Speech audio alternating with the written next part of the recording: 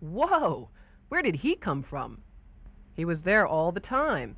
We just didn't see him. Daytime would be a different story. We'd have seen that car and been prepared in case it pulled out. We simply don't see as well when there's no sun to light things up for us. The only light we can count on comes from these. But to do the job, they need to be clean. Dirt on the lens can reduce light by as much as 90%. Now you see it, now you don't. And both lights need to be working. Look at the difference between 2 lights and 1. It's worth checking. If we're parked behind a car or in front of a garage door, we can use the reflection to see if both lights are working. Both are. But here, one isn't. We can also check for high and low beams. Both are okay.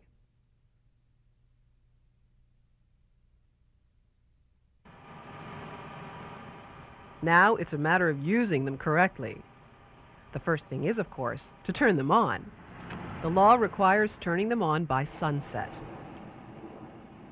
Actually, there's no law against turning them on whenever it's hard to see or be seen. At night, we sure need them for both. In fact, on a dark road like this, we need all the light we can get. High beams let us see about 250 feet ahead, more than twice as far as we can see with low beams. Enough distance to slow down and steer around that box. Sure, we have to dim them from time to time, but it's worth the effort to be able to spot problems while there's time to do something about them. Not here, though. On a well-lighted city street, we can see well enough with low beams. We don't need to keep raising and lowering beams.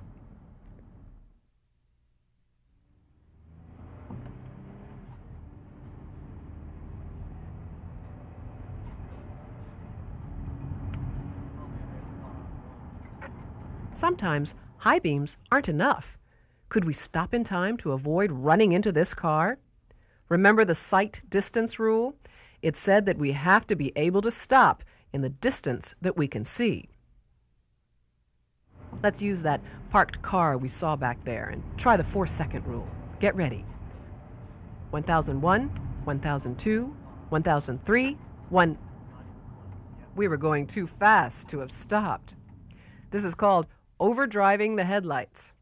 If we drive any faster than 45 miles an hour, we're overdriving the headlights of most cars. Limited night visibility affects space as well as speed. First, with only taillights to go by, it's a little more difficult to tell how far back we are and how fast we're overtaking. Also, not being able to see beyond the headlights makes it difficult to anticipate when the car ahead may have to stop suddenly. That means we need to leave more space than we would in the daytime.